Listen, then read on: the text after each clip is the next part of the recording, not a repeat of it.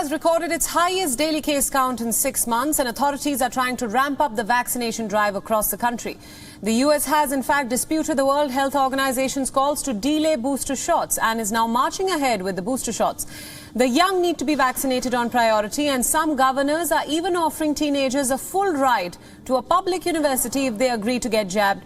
Welcome to WION World is One. My name is Priyanka Sharma, and this is our special weekly broadcast of the WION-VOA Co-Production, where we take a look at some of the biggest stories coming from the United States. Let's begin with the state of Maryland, where Governor Larry Hogan recently announced that 20 teenagers who get vaccinated against the coronavirus will be eligible to receive a full ride to an in-state public university. Maxim Moskalov has the full story. Take a look.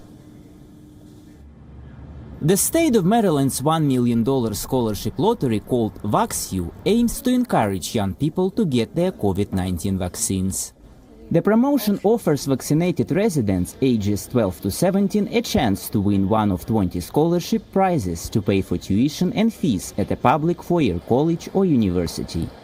Similar lotteries are being organized in New York, Ohio, Michigan, Colorado, and other states. In Louisiana alone, more than 750,000 people have registered for the scholarship lottery in that state. So the first thing is, what we're doing is we're going to be giving away $2.3 million total, $2.3 million total. And the way it's going to work is for 4 weeks, we're going to give $100,000 scholarships to those that are 12 to 17 years of age. And obviously that's the eligibility for Pfizer. And then for 4 weeks, we're going to give away $100,000 lottery to those people who are over the age of 18. The vaccination rate has slowed dramatically in the US. That's why universities like Western Michigan are also promoting COVID vaccinations. So we're offering incentive scholarships, a total of 60 different scholarships between $500 and $10,000. The scholarships are just for our students. Officials say the program's success sends a signal. For things like, lotteries, for whether it's for $1 million or for a scholarship, or, a Krispy Kreme donut or a free beer, the fact that these kinds of things can tip the scale for someone just means that they don't have strong objections to vaccines.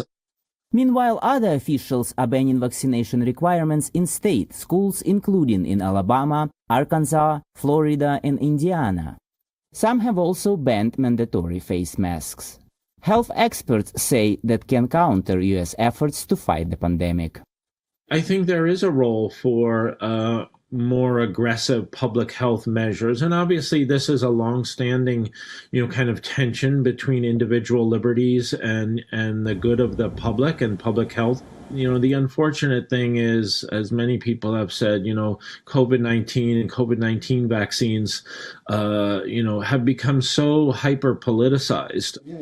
Some state officials are hoping offering up some prizes will be enough to get past anyone's political inclination when it comes to getting a vaccine. Maxim Moskalkov for VOA News, Washington.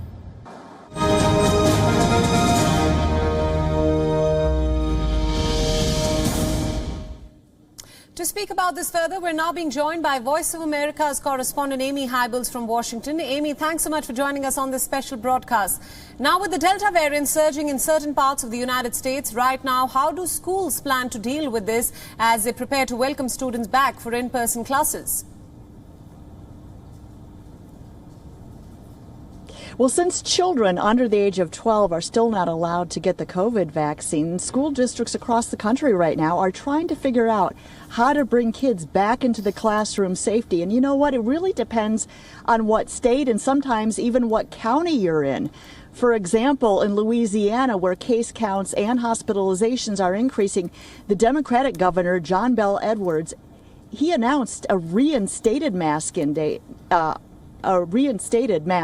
mandate. And then you've got the southern state of Florida, where Republican Governor Ron DeSantis has barred mask mandates in school districts. And so far, at least 3 school districts have defied his order and are saying, look, with case counts going up, kids coming back to the classroom this fall must mask up.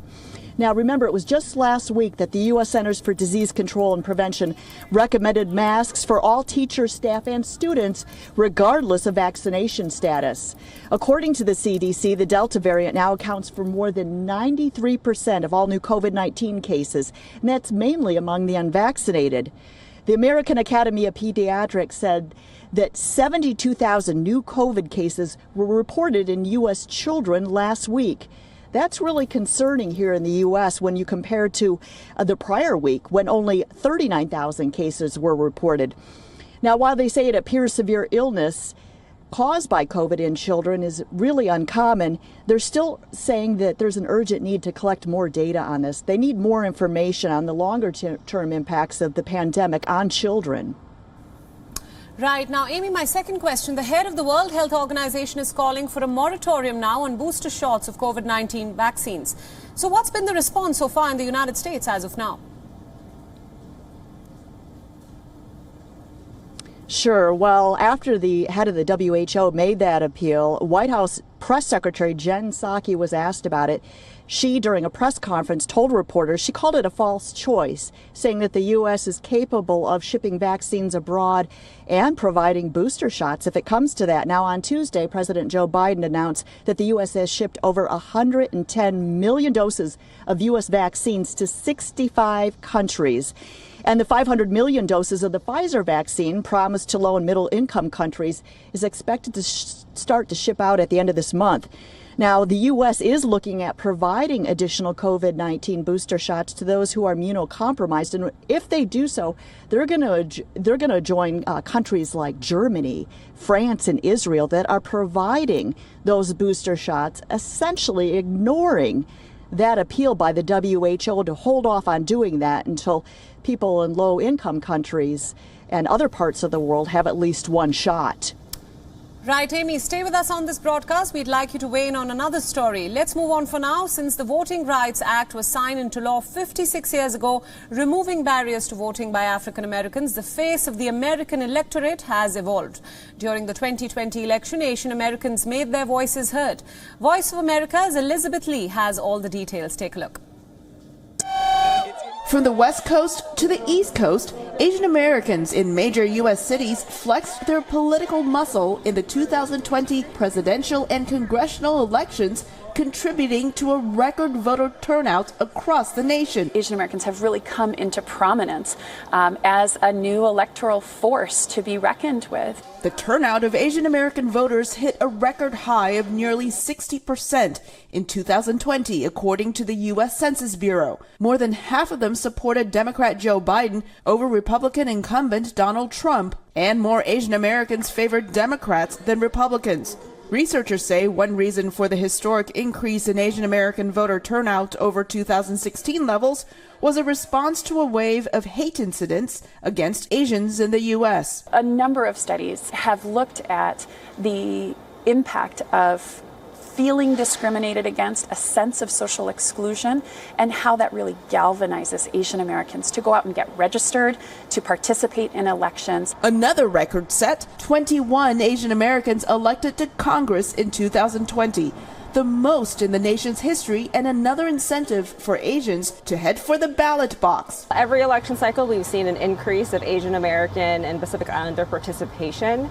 And every time that we see Asian Americans and Pacific Islanders on the ballot, it also increases voter turnout. But researchers say Asian Americans are still underrepresented in public offices. Asians and Pacific Islanders make up 6% of the U.S. population, but make up less than 1% of elected officials. One factor? According to Pew Research and the U.S. Census, more than 70% of Asian American adults were born in another country.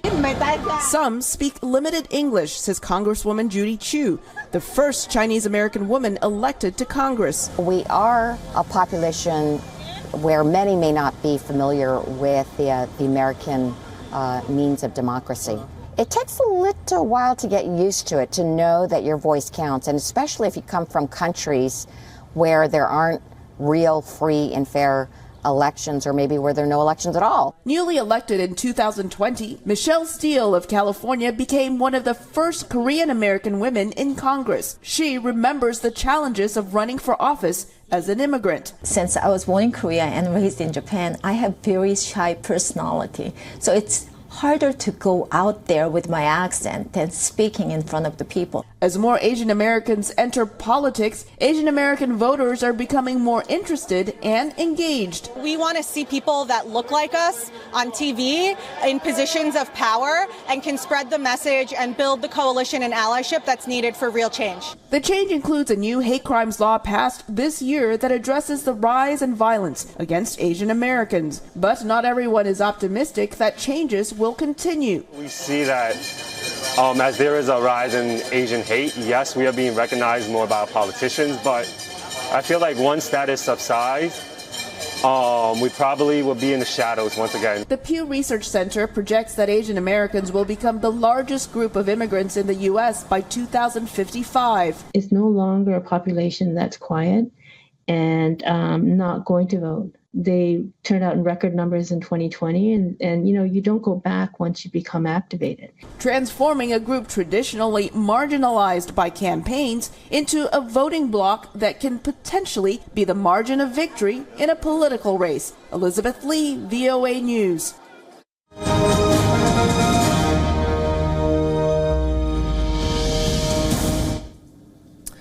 For more inputs on this story, we still have Voice of America's Washington correspondent Amy Hybels with us on this broadcast. Amy, what can you tell us about the significance of the Voting Rights Act that was enacted into law in the U.S. back in 1965?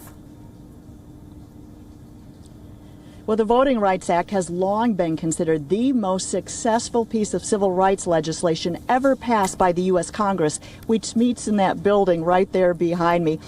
Months after passing, it enabled hundreds of thousands of disenfranchised African Americans to register to vote. That law actually turns 56 today. Now, the anniversary coincides with the introduction this year of hundreds of bills by Republican state lawmakers in 49 states that the left-leaning Brennan Center for Justice believes would make it harder for many Americans to vote.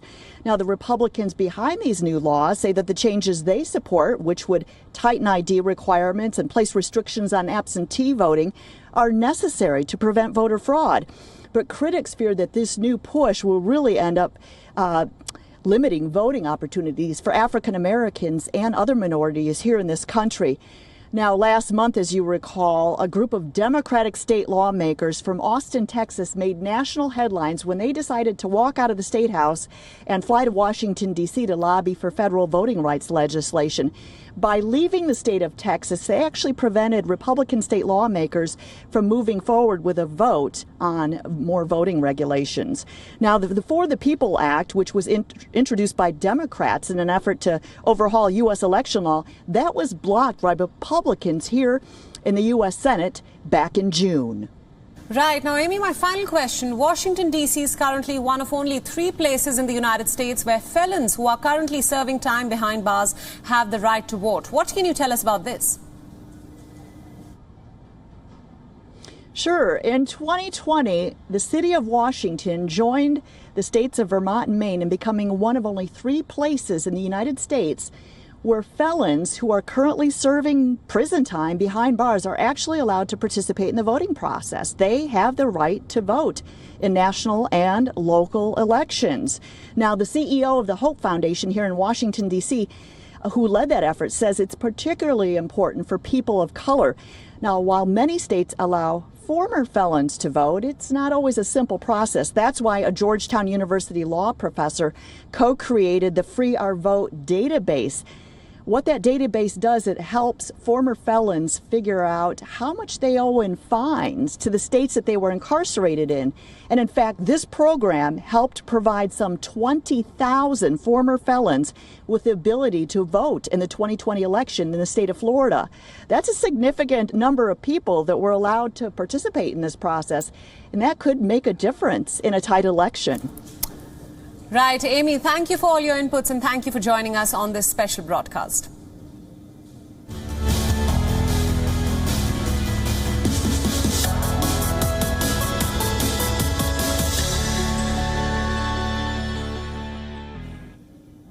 Moving on, the life of undocumented migrants is not an easy one, especially when they are fleeing violence and chronic poverty in their home nation. The pandemic had resulted in many migrants getting stuck on their journey to reach the United States, but with restrictions being eased, the migrants have resumed their onward march in search for greener pastures and, of course, a better life. Take a look at our next report. The coastal town of Necoclí in northern Colombia is in a state of chaos for thousands of undocumented migrants from across South America who one day dream of reaching the United States. This little coastal town is the launchpad. Ever since the month of May, when Colombia decided to ease COVID-19 restrictions, the sleepy town of 45,000 people has been overwhelmed by thousands of desperate migrants who have embarked on a perilous journey for an outside chance to reach the United States. There are 12 daily boat trips across the 60-kilometer-wide Gulf of Urabá, from Necoclí to the border town of Capurganá.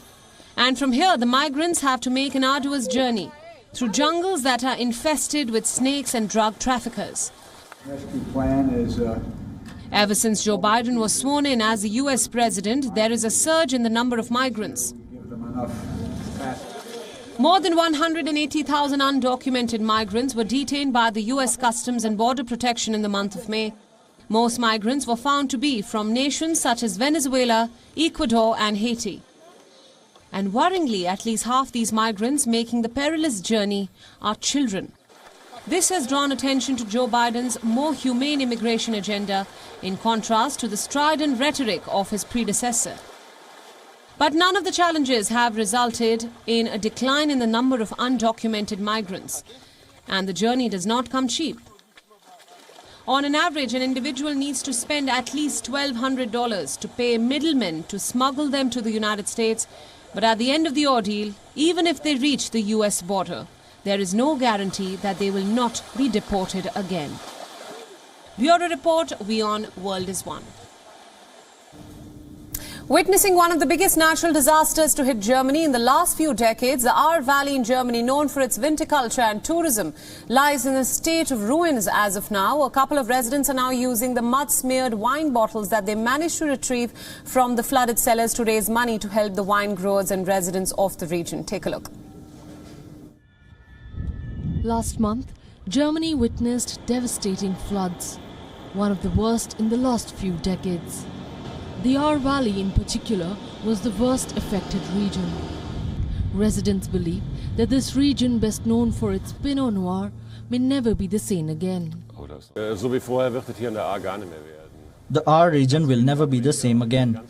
From what we're hearing, a lot of people are planning to move away and won't rebuild their homes. It's impossible to say what restaurants and other businesses will remain. I think anyone who knew the Ahr region before and sees it now knows that the landscape has totally changed. Solace came in the form of silt and mud-covered wine bottles. It was restaurator Kleber who first got the idea, while retrieving bottles from the flooded cellars, to sell the bottles in the exact condition in which they were found.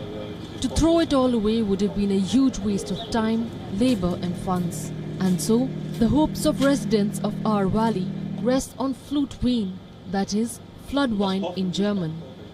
Turns out it's quite the rage, considering it has already helped them raise over 2 million euros. I pulled these bottles out of the mud that came up to a meter high. The basement is down here. We recovered some bottles from there, and it was all so unbelievable. I thought I just can't throw it all away. I just can't. The region relies heavily on viniculture and the tourism it attracts. Last month's disaster destroyed some 10% wine, causing damage to machines and washing away cellars. Production of wine in the future remains uncertain. Just like that, years of manual labor and resources washed away. Wir hatten ja auch in der Zwischenzeit einen guten Sommer gehabt in Corona und konnten uns ein bisschen. We were having a good summer despite the coronavirus and were able to put some money aside. I have to say we were doing really well until that fateful Wednesday. 2 years of corona was nothing compared with that 1 hour, half an hour. Angela Merkel's government has already signed off on emergency aid. Aid will be supplemented by a reconstruction project costing billions. Residents hope that money raised from the silt-drenched bottles will give a boost to wine growers in the region. Bureau Report, WION World is One. An accountant, 2 lawyers, an agronomist and a Swiss humanitarian worker have formed Gaza's first frog band, giving voice in English to the pain of war in the Palestinian territory. Take a look at our next report.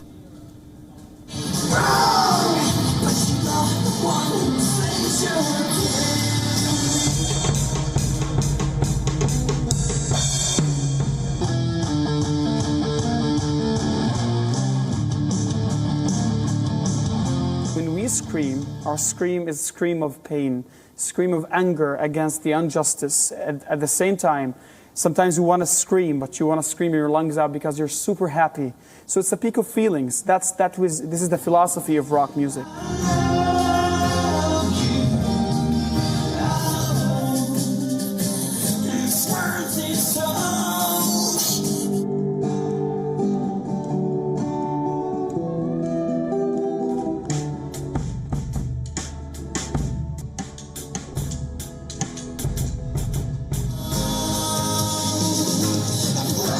When we sing about home, I'm singing about home for Palestinians and everybody in difficult situation that doesn't get to feel home. And that's a wrap on this special broadcast. Thanks for watching with me, Priyanka Sharma. Stay tuned to WION. Global News continues on the other side.